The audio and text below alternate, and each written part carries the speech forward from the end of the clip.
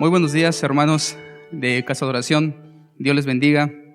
Qué bueno que podemos estar juntos para escuchar la palabra del Señor una vez que le hemos alabado y hemos honrado y cantado a su nombre, que podamos ahora venir a escuchar su palabra. Antes de comenzar con la enseñanza, quisiera darles algunos avisos. El primero de ellos es que les pido por favor que sigan con sus clases, con sus lecturas bíblicas, que continúen leyendo, continúen cada uno llevando en sus hogares sus propias lecturas, que no se atrasen. Ahora que pues entre comillas hay un poco más de tiempo, les pido por favor que sea tiempo que se aproveche de una forma correcta, de una forma adecuada, y que eso entonces les permita continuar en un ritmo adecuado con sus lecturas bíblicas. También aquellos que son guardas, les pido por favor que se mantengan en contacto con aquellas personas a las cuales les ha tocado guardar, con aquellas personas a las cuales les ha tocado supervisar en su lectura, que por favor se mantengan en contacto con ellas, que estén hablando continuamente con ellas y que puedan de alguna manera mantener contacto, y que eso pueda ser también de bendición y que podamos mantener una relación a pesar de la, en este caso, restricción que tenemos de estar juntos, pero que sin embargo por medios como un teléfono podamos mantener esa unidad y podamos estar al tanto de lo que sucede con unos y lo que sucede con los otros también.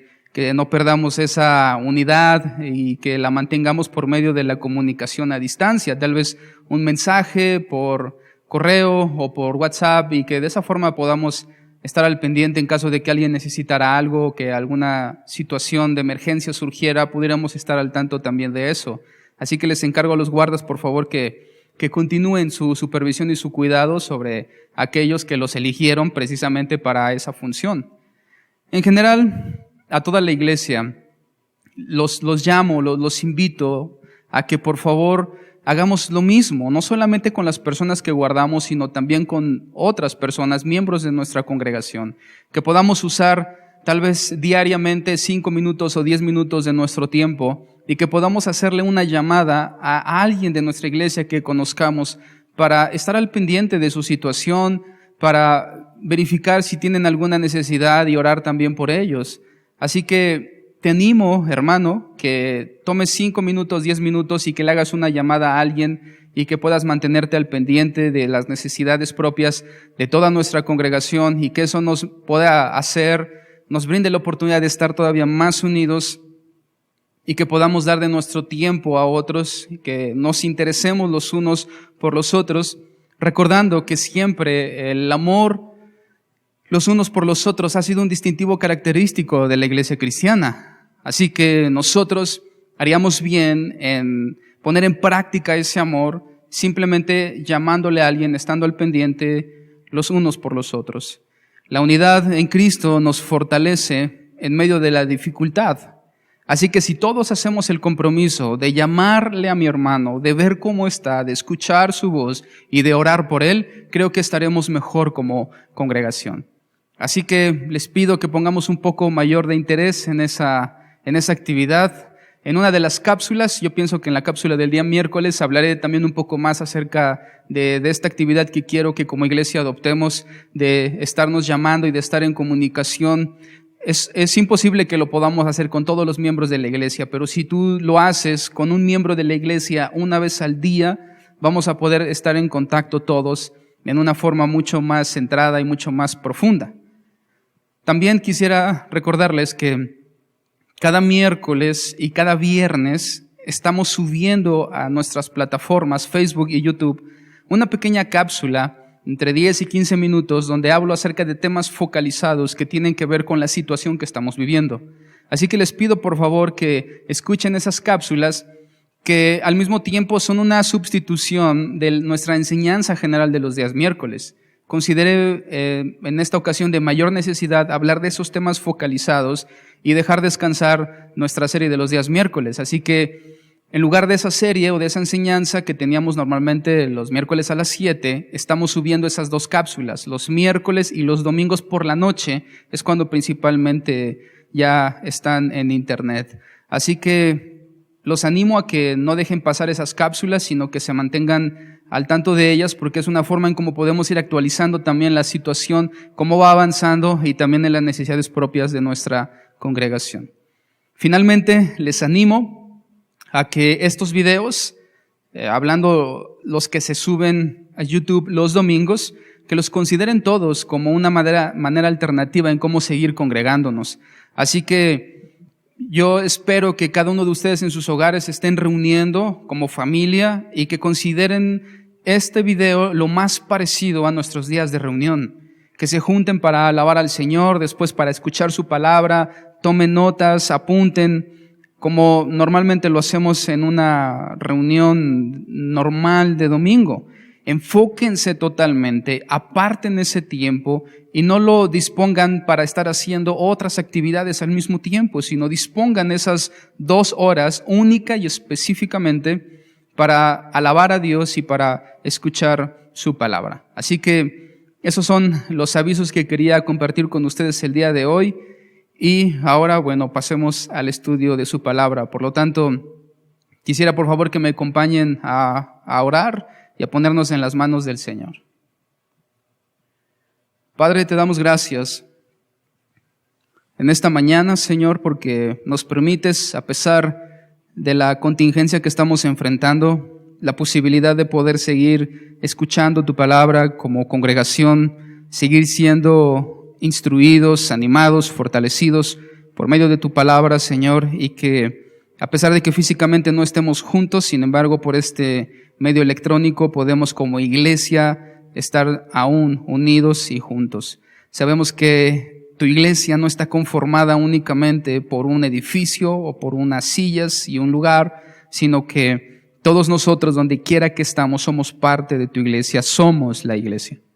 Así que, Señor, te rogamos que nos hables en estos momentos de dificultad y que solamente tú, Señor, como sabes hacerlo con tu sabiduría, puedas alimentar nuestros corazones para que podamos tener fuerza para salir adelante proclamando tu palabra y exaltando a tu Hijo Jesucristo. Te damos gracias en el nombre de tu Hijo Jesucristo. Amén. Pues hermanos, esta enseñanza va a tener como título la soberanía de Dios en la dificultad. La soberanía de Dios en la dificultad. La soberanía de Dios, en mi consideración, es uno de los 3 atributos más conocidos de Dios respecto a aquellos que le amamos, respecto a aquellos que decimos ser creyentes. Pero al mismo tiempo es también uno de los 3 atributos que ha sido más deformado. Tal vez pudiéramos ponerlo en la misma intensidad que el amor de Dios y su justicia. Su soberanía también ha sido mal entendida y distorsionada. En gran medida, el hombre ha usado la soberanía de Dios en un sentido un tanto maquillado, o para maquillar las cosas que no entiende, o que no puede aceptar, o que le es difícil el poder entender delante de Dios. Y entonces han usado esa soberanía de Dios para adaptarla a sus límites de entendimiento humano. Por lo cual, y la consecuencia es que ha sido rebajada o aumentada esa soberanía de forma indiscriminada dependiendo la circunstancia o la situación en la que cada persona se encuentre. De hecho, casi siempre la aplicamos en aquellas cosas que no podemos comprender, de manera que viene a ser como una falsa muleta que lo único que hace es sostener débilmente nuestra fe y bajar y acallar un poco las voces de duda que surgen en nuestra cabeza y en nuestro corazón cuando estas circunstancias que no entendemos surgen. Cuando la realidad es que la soberanía de Dios está sobre toda su creación, expresada en toda la Escritura, sobre todo acontecimiento.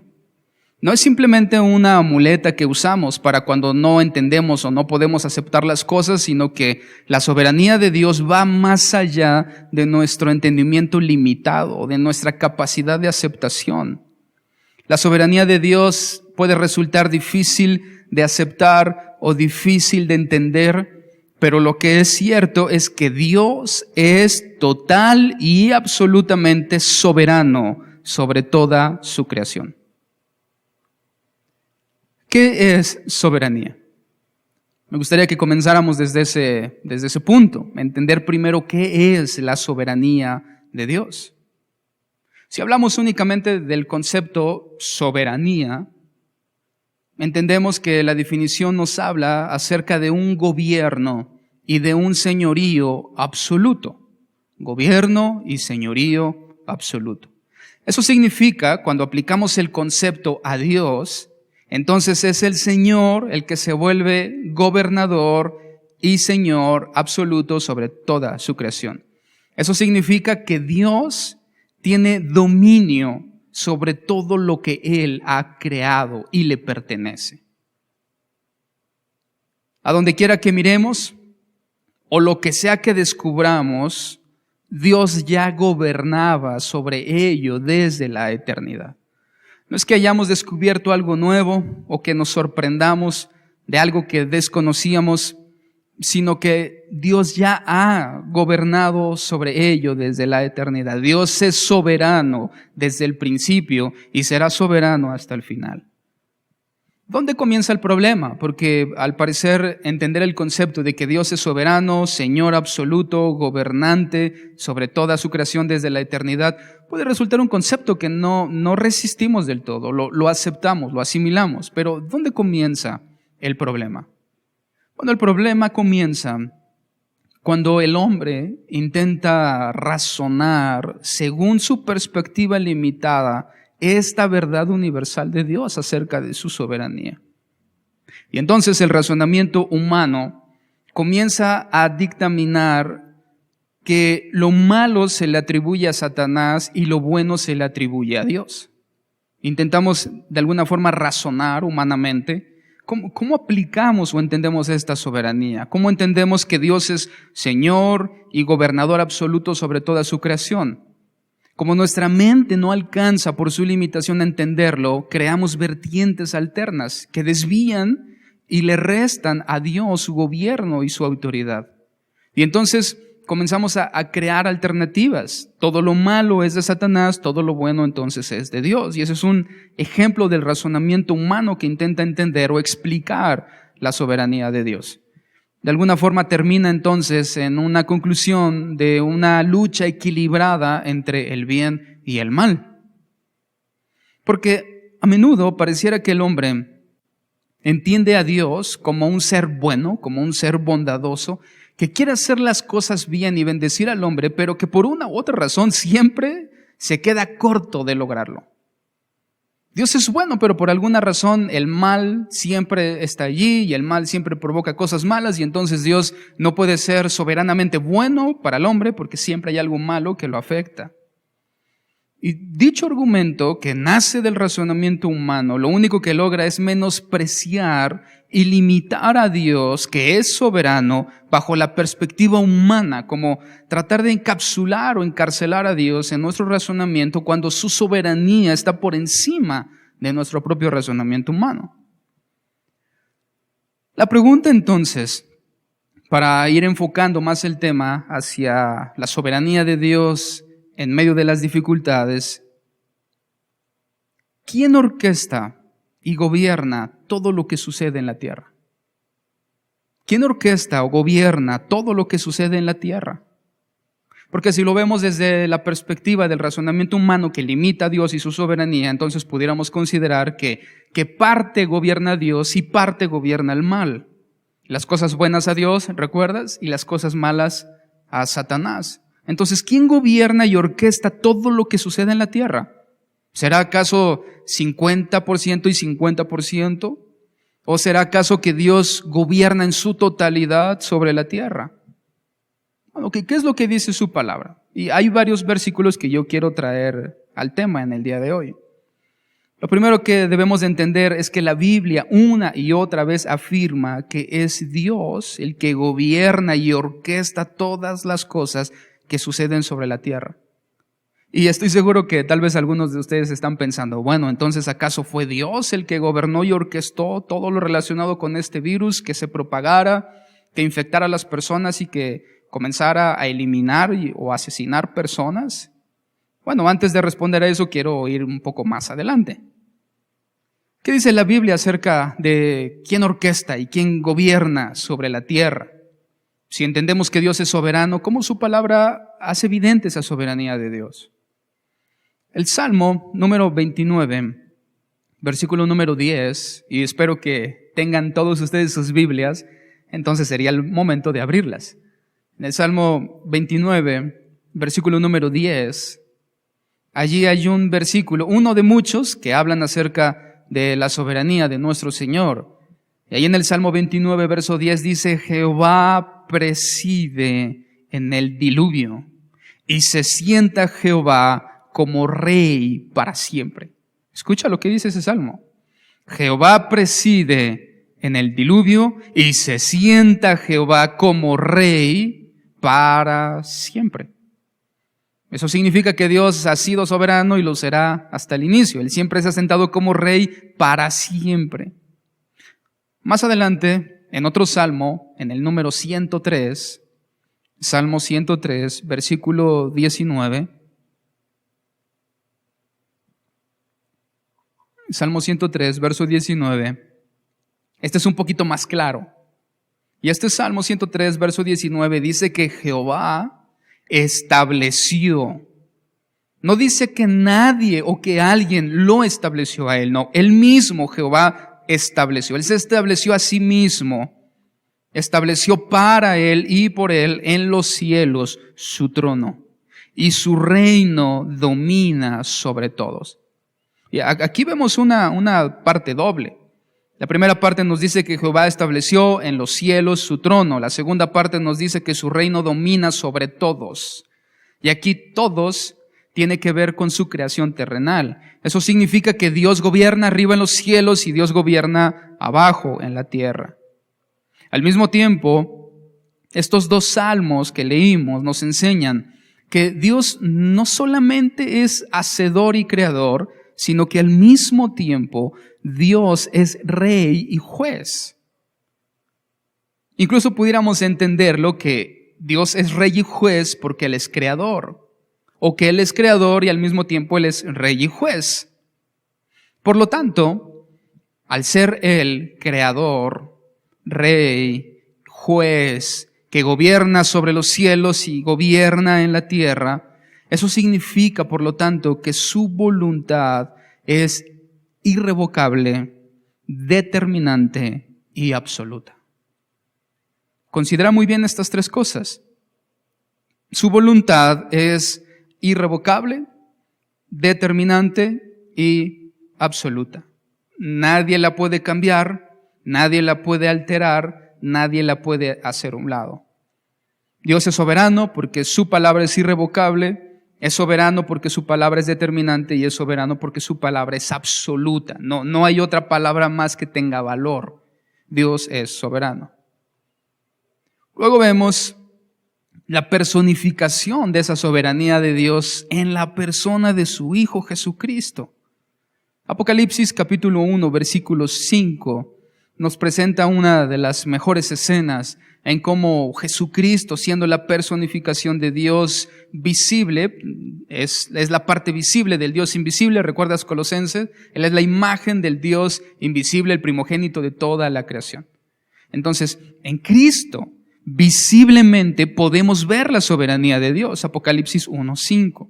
Jesucristo, el testigo fiel, el primogénito de los muertos y el soberano de los reyes de la tierra, al que nos amó y nos lavó de nuestros pecados con su sangre. Entonces, Cristo es el soberano de los reyes de la tierra. Eso significa que no hay un reino, hay un gobierno, no hay nada establecido que pueda estar por encima de la soberanía de Cristo. Él es soberano sobre todo. Por eso es que a pesar de que el mundo esté lleno de temor y sobrepasado en su angustia, incapaz de reaccionar con fortaleza o firmeza o poder para controlar las circunstancias, Dios sigue teniendo todo bajo control. Ninguna contingencia le ha sobrepasado, ninguna situación le ha tomado por sorpresa. todo sigue estrictamente la misma línea de sus propósitos que culmina y tiene la meta en la glorificación y la exaltación de su nombre. Dios tiene el control de todo. Pastor, ok, entendemos que Dios es soberano, entendemos que Dios es rey y juez, gobierna en los cielos, gobierna en la tierra, que Cristo es la personificación de esa soberanía, el cual al mismo tiempo nos amó y nos lavó de nuestros pecados con su sangre, y que Él tiene todo bajo control y que nada sale de su dominio y de sus decretos. ¿Cómo eso nos ayuda a entender las dificultades presentes? ¿Cómo eso nos ayuda a sobreponernos y a afirmarnos a las situaciones que estamos enfrentando en el día de hoy? Bueno, y aquí vamos a ir enfocando y aplicando en una mejor manera hacia ese objetivo. En medio de estos propósitos eternos que Dios tiene, no solamente para nosotros, sino principalmente para su reino y para la proclamación del Evangelio en su Hijo, es que Dios encuentra en su iglesia y en su pueblo con certeza y autoridad para poder prometerles que todas las cosas les ayudan para bien. Es decir, es esa misma soberanía de todo lo que hablamos, lo que le da a Dios la autoridad y a nosotros la certeza de que esta promesa del Señor de todas las cosas nos ayudan a bien es verdadera. Es verdadera a pesar de nuestra incapacidad para verlo. Es verdadera a pesar de la dificultad que lo oculta. Es verdadera a pesar de nuestra negligencia para entenderlo. Es verdadera su promesa. Todas las cosas les ayudan a bien. ¿A quiénes? A los que le aman. Esto es, a los que conforme a su propósito son llamados. Es decir, que su soberanía en sus propósitos no solo nos sostiene, sino que también es lo que nos ha llamado. La soberanía de Dios nos llama y la soberanía de Dios nos sostiene, y además la soberanía de Dios hace que todas las cosas las orquesta de formas y de maneras que resulten en un bienestar para nosotros. Ahora, lamentablemente, el miedo, muchas veces el dolor, incluso también el sufrimiento y aún la muerte, son aspectos que generan una gran dificultad para que el creyente pueda entender a plenitud y obtener esa parte de beneficio que nos ayuda para bien que Dios promete. Todas estas cosas nublan un poco nuestro entendimiento para poder comprender cómo es que todo esto es para mi bien. Porque en medio de tantos gritos, lágrimas, dudas, miedos, incertidumbre, angustia, hay una parte esencial, importantísima, que es que eso será al final de todo para mi bien. Y para mi bien no tiene que ver con nuestro bienestar físico. Para mi bien no tiene que ver con nuestro bienestar basado en la satisfacción. Para nuestro bien tiene que ver con la gloria del Señor a la cual Él nos ha llamado y con el beneficio para su reino también. Entonces yo todo esto lo hablo desde una perspectiva específica y dirigida hacia el verdadero creyente que ha puesto su esperanza en el Señor soberano. Aquellos a quienes incluso la muerte tiene un sabor dulce de eternidad en victoria.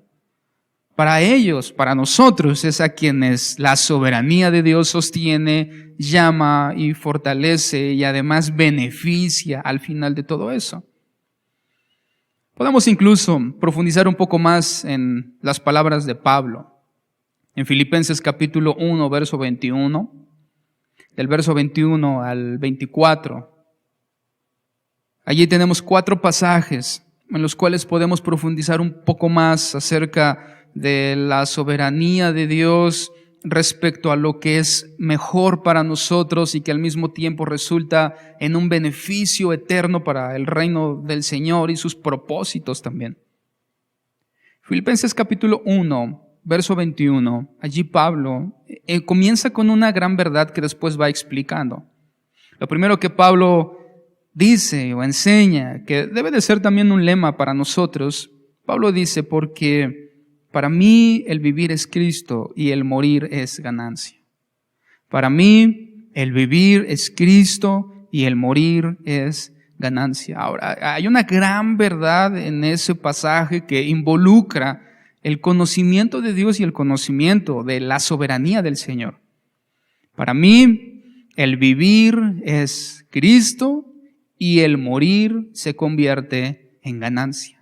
Ahora, yo te pregunto, ¿cuál podría ser el peor acontecimiento que pudiera venir sobre la vida de un creyente? ¿Qué es lo peor que le pudiera pasar? Y creo que en esa escala de las cosas peores que pudieran sucederle, mira que puede haber muchas cosas malas, pero creo que lo peor de todo que un creyente puede perder es su propia vida. Eso es lo peor que nos puede pasar, terminar muertos. Eso es lo peor del mundo, morir. Ok, si eso es lo peor, aún Pablo dice, para mí el vivir es Cristo y el morir, lo que podría considerarse lo peor para un ser humano. Pablo dice, yo que conozco al Señor y que me apoyo en su soberanía y en su autoridad y en su poder y en su fuerza, aún la muerte es ganancia. Eso significa que bajo la soberanía de Dios, para nosotros todo es ganancia. En esa misma soberanía, Cristo se entronó como Rey, nos amó y nos lavó con su sangre, librándonos de nuestros pecados. Eso lo leímos apenas un pasaje hace un momento. Y luego Pablo dice que aún muriendo, seguimos ganando. Es decir, la soberanía de Dios nos hizo ganar mediante la redención en la sangre de Cristo. Y si morimos, seguimos ganando, porque Pablo dice que aún eso es todavía ganancia. Entonces, cuando Dios promete que todas las cosas nos ayudan a bien, eso incluye también la muerte, la cual es ganancia. Desde luego, bajo la perspectiva de Pablo, bajo la perspectiva de aquellos a quienes la muerte tiene un dulce sabor eterno a victoria.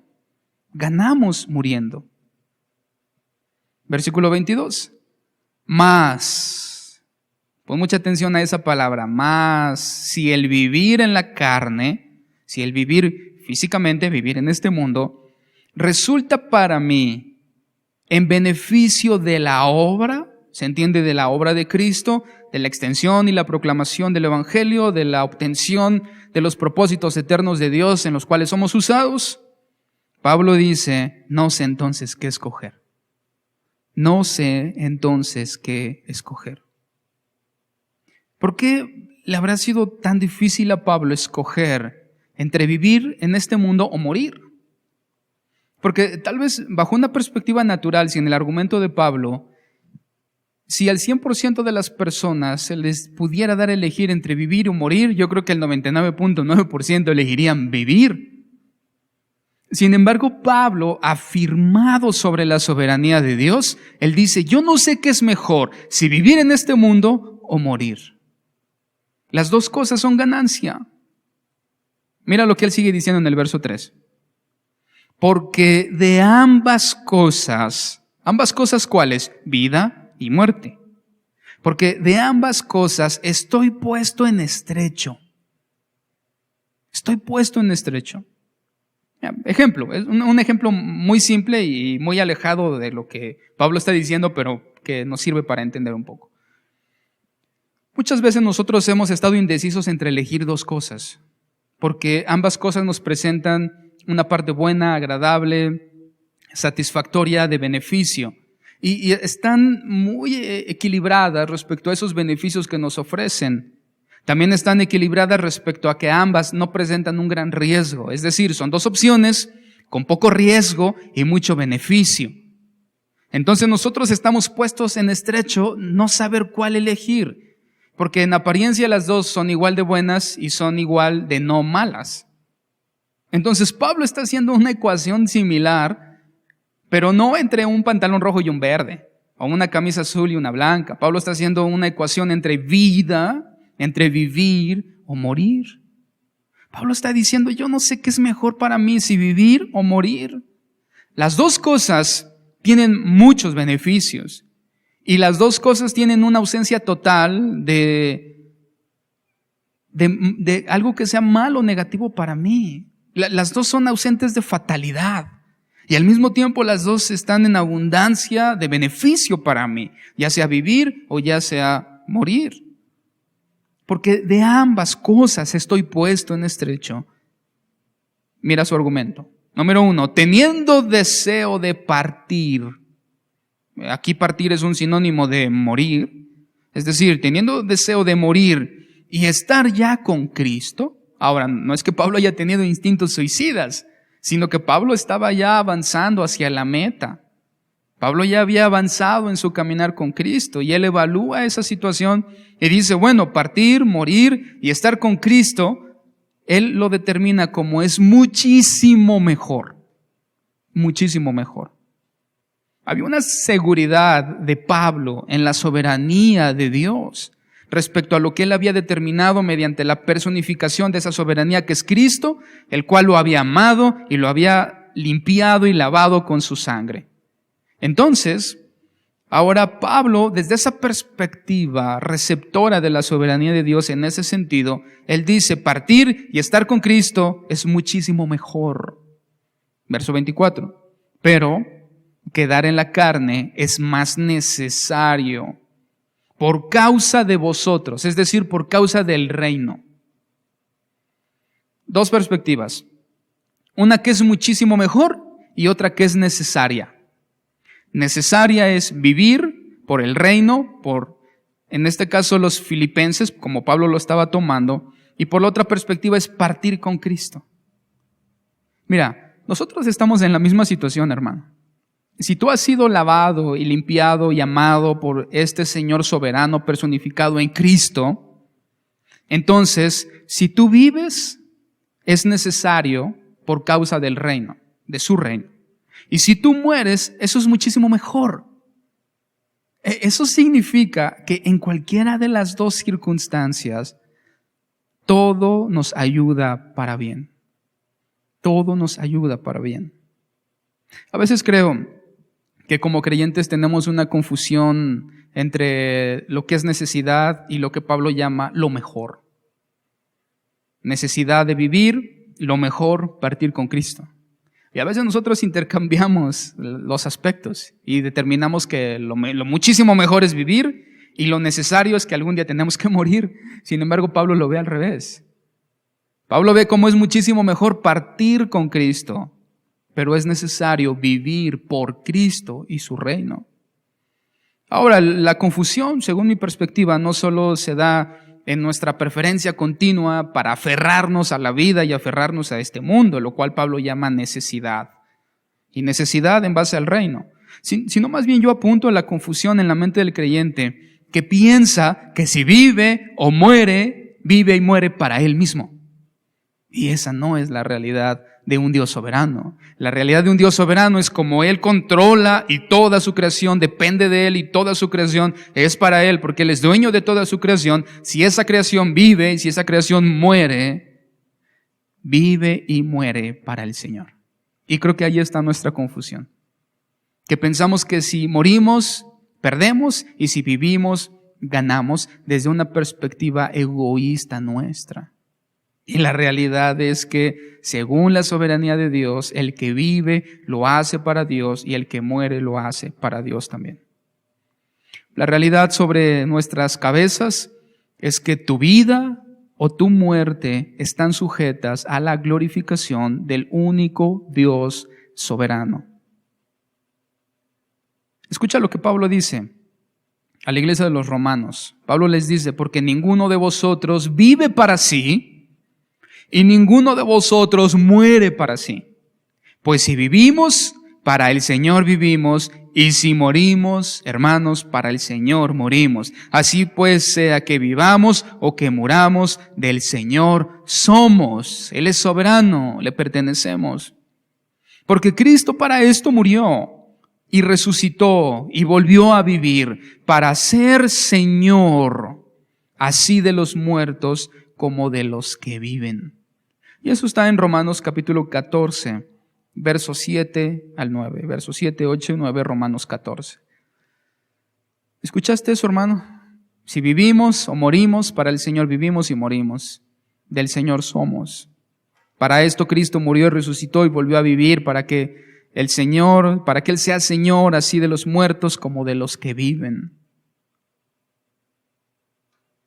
¿Cómo puede ser Dios soberano y bueno cuando en este momento, según lo que yo acabo de revisar anoche o en la tarde, un poco más de 30,000 personas han muerto por este virus que ahora nos tiene aislados e incomunicados? Más de 30,000 personas han muerto. Y alguien puede estarse preguntando, bueno, ¿cómo un Dios soberano puede permitir que 30,000 personas mueran? Entonces es un Dios soberano malo, no es un Dios soberano bueno. La realidad es que ¿cómo podríamos decirle a Dios que Él es bueno o malo con lo que le pertenece ya desde el inicio? Pero hay un argumento un poco más que yo quisiera traer, o más importante que eso.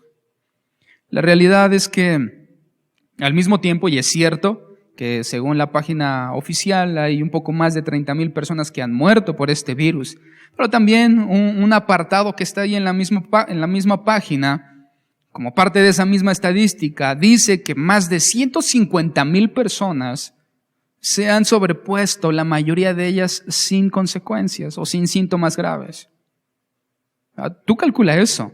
Es cierto que 30,000 personas han muerto, pero 150,000 se han sanado. 30 han muerto, 150 se han sanado. Hablando de miles, por supuesto.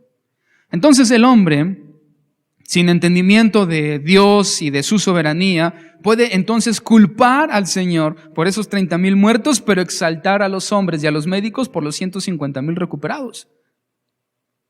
Y eso es un argumento totalmente ilógico.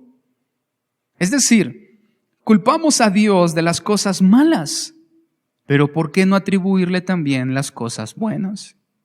Si Él es soberano y controla todas las cosas y todas las cosas salen y nacen de Él, desde luego de Él también viene lo malo, pero también viene lo bueno. Ahora, hermano, yo no quiero que te centres en que yo acabo de decir que de Dios también viene lo malo, porque yo espero que la siguiente enseñanza hablemos un poco más acerca de eso. ¿Cómo es que Dios, en medio de las situaciones malas para nosotros, Él puede glorificarse? ¿Y cuáles son las razones del por qué lo hace así? Pero ese tema lo veremos la siguiente enseñanza. Primero yo quería que nos afirmáramos y nos fortaleciéramos en la soberanía de Dios, el cual Él ha determinado todo y todo está bajo su control y Él es soberano sobre todas las cosas. Porque Dios tiene supremacía sobre el hombre en todo sentido.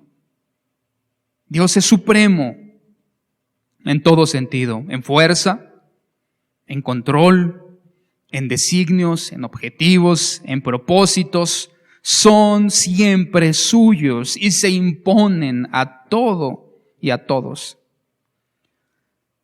Si no fuera así, es decir, vamos a imaginarnos un mundo irreal, un mundo distópico en el cual Dios no es soberano. Vamos a imaginar y pensar un poco en esta ficción. Supongamos que Dios no es soberano. Supongamos que Él nos creó o no nos creó, no importa. El punto es que Dios no es soberano. Supongamos entonces, si Él no es soberano, entonces ¿a quién o cómo atribuimos o cómo entendemos las cosas que están pasando? Y hay dos opciones. Si Dios no es soberano, entonces ¿cómo entendemos las situaciones, las dificultades, las circunstancias que surgen en el mundo alrededor de nosotros? Bueno, primero, si Dios no es quien controla esto, debe de haber a alguien que lo controle. ¿Y quién más está en el mundo o en la creación además de Dios y nosotros? Si Dios no está como soberano, entonces nosotros somos soberanos en la creación. Y nosotros con nuestro poderoso libre albedrío podemos decidir quién vive y quién muere, cómo vivimos y cómo morimos. Hay muchas personas que toman esa decisión y que asumen que ellos deciden cómo viven y deciden cómo mueren. Incluso en un punto muy profundo en la cabeza de confusión, hay quien puede llegar a creer que él puede decidir cuándo vivir y cuándo morir, lo cual es totalmente ilógico. Pero en esta suposición que venimos haciendo, en la cual Dios no es soberano, entonces el hombre es soberano y él puede decidir y controlar todas las cosas. Ahora la pregunta ¿es esa la realidad que vemos? Es decir, ¿es el hombre el que está en control de todas las cosas o el hombre no puede controlar nada? Bueno, hermanos, la realidad es que el hombre no puede controlar nada. Vamos, no puede controlar ni lo que dice, ni lo que piensa. El hombre no controla, no está en control de nada. Y eso nos incluye también a nosotros, porque estamos hablando de hombres, seres creados, no estamos hablando de creyentes o no creyentes. Nosotros no podemos controlar nada, hermanos. No podemos controlar el clima, no podemos controlar nuestra salud, no podemos controlar nada de lo que sucede, no podemos controlar cuándo morimos, cómo vivimos, no podemos controlar nada. Y hoy estamos viendo cómo un virus microscópico se ha encargado de sacar a la luz que el hombre no tiene el control absolutamente de nada. El hombre no controla nada. Más bien el hombre es simplemente un agente pasivo en este mundo que únicamente es receptor de calamidades, pero no es un agente activo en este mundo. Él no puede determinar qué, cuándo, cómo y dónde. Él simplemente es un receptor de calamidades. Segunda opción. Ok, la primera no funcionó, el hombre no es soberano. Segunda opción. Si Dios no es soberano y el hombre no es soberano, entonces nos queda una tercera opción. O segunda, en contra de la soberanía del Señor. Que todo entonces sea producto de la casualidad. Todo es casual. Dios no es soberano, Él no gobierna, el hombre obviamente no gobierna, entonces todo es casualidad. Casualmente vivimos, casualmente enfermamos, casualmente sanamos, casualmente nos contagiamos, casualmente morimos. Todo producto de la casualidad. La casualidad determina quién vive y quién muere, y tu vida no es más que un volado al aire en el destino que por casualidad tú mueres o tú vives. Ahora, la primera opción no es real. Y la segunda opción es muy triste, hueca, decepcionante y carente de todo sentido y además muy accidental. Yo prefiero, y creo que ustedes también, y allí coincidimos todos, en que es mejor aceptar la verdad bíblica que determina que si vivimos, morimos, nos contagiamos, nos sanamos, ha sido por la elección de un Dios soberano al cual servimos y pertenecemos. Creo que en lugar de atribuirle al propio hombre o a nosotros mismos la capacidad de decidir o a la casualidad, es preferible atribuírsela a Dios. Que sea Él el que está decidiendo todas estas cosas. Y que mi vida o mi muerte la elija aquel que primero murió por mí y me ha dado vida. Yo prefiero eso. Absolutamente prefiero confiarle mi vida a este Dios soberano que a cualquier medio ineficaz que no puede ni garantizar mi seguridad física. La casualidad no puede garantizarnos seguridad y el hombre mismo no puede garantizarnos seguridad. Mira cómo está el mundo actualmente. Nadie puede garantizarle seguridad a nadie. Excepto nuestro Dios soberano. Él sí puede garantizarnos seguridad. Estamos seguros en el Señor, hermanos. Y estamos seguros no porque la muerte no vaya a alcanzarnos nunca. Mira, la muerte te alcanzará. La semana anterior hablamos un poco acerca de eso, que si hay una certeza para nuestras vidas es que todos moriremos. De maneras más horribles o menos horribles, pero todos moriremos. Entonces nosotros estamos seguros en el Señor, no porque estemos ausentes de la posibilidad de morir, sino más bien porque a pesar de la muerte viviremos eternamente mediante su sangre y el rescate hecho a nosotros por medio de Cristo. Saber que hay un Dios absolutamente soberano cuidando de ti, eso debe fortalecerte. Eso debe animarte, te debe de dar seguridad y tranquilidad. Y la confianza suficiente, no solo para enfrentar esta pandemia, sino 1,000,000 más. Porque nuestro Dios es soberano. Él decide si vivimos o morimos. Y si vivimos o morimos no importa, porque del Señor somos. En su soberanía, Él tiene ya establecida, con fecha, hora y asunto, el día de tu muerte y el día de la mía. Él ya lo ha determinado. En los cielos ya está escrito el día que nos encontremos con Él. Eso ya está establecido por su soberanía, porque Él es rey y gobierna sobre todo.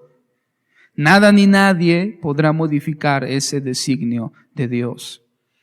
Dios es soberano porque sabe qué hacer y puede hacerlo.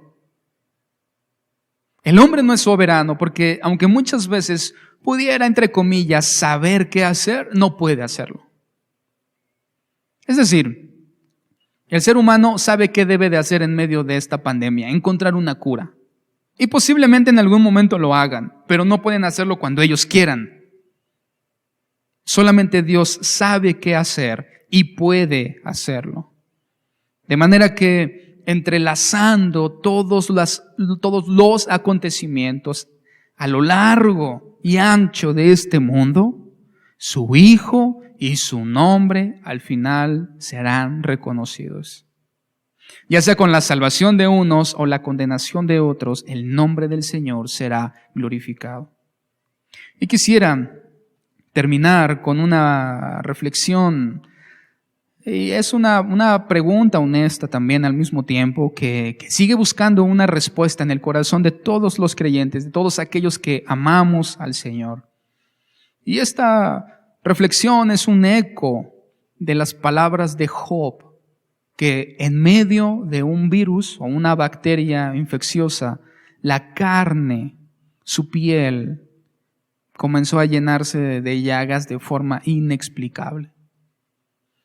Para él había caído sobre su vida una enfermedad desconocida o incurable, de manera que él lanza un eco en una pregunta reflexiva que sigue sonando hasta nuestros días y que hoy más que nunca se hace vigente y patente en nuestras vidas. Job capítulo 2, verso 7 al verso 10. Job capítulo 2, verso 7 al 10. Y vamos hacia el final. Job capítulo 2, verso 7 nos dice que entonces salió Satanás de la presencia de Jehová. Y luego que eso sucede, dice que Satanás hirió a Job con una sarna maligna desde la planta del pie hasta la coronilla de la cabeza. Y entonces tomaba Job un tiesto para rascarse con él y estaba sentado en medio de ceniza. ¡Wow! ¡Qué escena tan difícil! Porque lo que nosotros vemos es, en una forma gráfica, la incapacidad del hombre para remediar su situación, la incapacidad del hombre para controlar sus circunstancias. Un hombre enfrentando la dificultad, sentado en medio de ceniza, con un pedazo de barro, rascándose las heridas y las llagas que cubrían su cuerpo desde la punta del pie hasta la punta de la cabeza. Una escena desgarradora para alguien, sobre todo, que había sido fiel a Dios en todo momento. Y vemos en esa condición a Job. Se desconocían las causas, las razones a los ojos de él. No había cura. Lo único que él estaba haciendo es tratar de lidiar con la situación, con la circunstancia, pero sin embargo, en su corazón, sí, él ya había tomado una decisión de sostenerse en la soberanía de Dios. Entonces, verso 29, viene una voz insensata que le dice: ¿aún retienes tu integridad? Es decir, Mira todo lo que te está sucediendo. Mira la dificultad que estás enfrentando. Mira cómo estás viviendo. Mira cómo te tiene tu Dios al cual tú dices amar. ¿Aún retienes tu integridad? Maldice a Dios y muérete. Como si la vida de Job hubiera llegado a un punto ya sin beneficio, sin propósito, sino que la única salida pareciera ser la muerte en medio de tanta dificultad. Verso 10, y Job respondió y dijo, como suele hablar cualquiera de las mujeres fatuas has hablado. ¿Qué? Y aquí viene la pregunta importante. ¿Recibiremos de Dios el bien y el mal? ¿No lo recibiremos? ¿Recibiremos de Dios el bien y el mal no lo vamos a recibir? ¿Te das cuenta que Job está diciendo que Dios es soberano? Que Él decide lo bueno y lo malo a nuestra perspectiva sobre nuestras vidas. Es decir, que Él decide si estamos enfermos y sanos o sanos. ¿Recibiremos de Dios el bien y el mal no lo recibiremos? Y termina este pasaje diciendo, en todo esto no pecó Job con sus labios. En todo esto no pecó Job con sus labios. Hermanos, que no sea hallada en nuestros labios palabras pecaminosas que se levanten en acusaciones en contra de un Dios que es soberano, en contra de un Dios que es todopoderoso, en contra de un Dios que es infinitamente superior al hombre, sino más bien en las cosas que no entendemos, reaccionemos con palabras de adoración, retengamos nuestra integridad y confianza hacia nuestro soberano Salvador. Proclamemos su poder, su soberanía, mediante el sacrificio de su Hijo, mediante el cual somos librados de la ley, de la muerte y del pecado. Y si enfermamos o morimos y no lo entendemos o no lo aceptamos, Dios sigue siendo soberano. Dios sigue teniendo el control. Si sufrimos o no sufrimos, Dios sigue teniendo el control y al final de todo, al final de la historia, eso resultará en un beneficio eterno para nosotros. Así que, hermano, no hay pérdida, en todo hay ganancia. Si vivimos, no nos equivoquemos, vivamos para el Señor, para Él vivimos. Y si morimos, morimos para el Señor. Abracemos la muerte con gozo, sabiendo que nuestra vida ha sido útil para el Señor. Confiemos en su soberanía, descansemos en su control, descansemos en su gobierno, descansemos en sus decretos, en sus propósitos eternos, y no en la casualidad o en nuestras propias fuerzas. Descansemos en su soberanía, hermanos, en medio de la dificultad, porque Dios es el único que cumplirá sus propósitos en nosotros. Y al final de cuentas nuestra vida será útil para Dios si retenemos nuestra integridad. Señor, te damos gracias por este día, que es un día más de vida para nosotros, es un día más de poder escuchar tu palabra, es un día más de poder venir delante de ti, es un día más para poder estar en tu presencia, un día más para poder ser confrontados y animados por tu palabra, Señor. Que cada día que tú concedas a nuestra vida y los días o años que tú añadas sean para glorificarte y sean de beneficio para tu reino. Que sobre nuestra vida tu soberanía recaiga como un peso convencedor sobre todos nuestros corazones. Y que sea solamente tú la razón en nuestras vidas y el gozo en nuestra muerte. Que podamos llegar a la conclusión que Pablo llegó, en donde su vivir tenía que ver con una prioridad que era tu Hijo Jesucristo y su morir era una total ganancia. Que podamos llegar al mismo entendimiento y al mismo conocimiento profundo de tu soberanía, Señor. Que en medio de toda dificultad sabemos que tú sigues siendo soberano y que nosotros podamos confiar y responder con fe a esa soberanía. Te confiamos nuestras vidas, te confiamos nuestras familias, te confiamos nuestra salud, confiamos nuestra eternidad. Solamente en ti confiamos y en la soberanía y en la personificación de tu Hijo Jesucristo, el cual nos ha amado y nos ha limpiado con su sangre. Te damos gracias en el nombre de tu Hijo Jesucristo. Amén.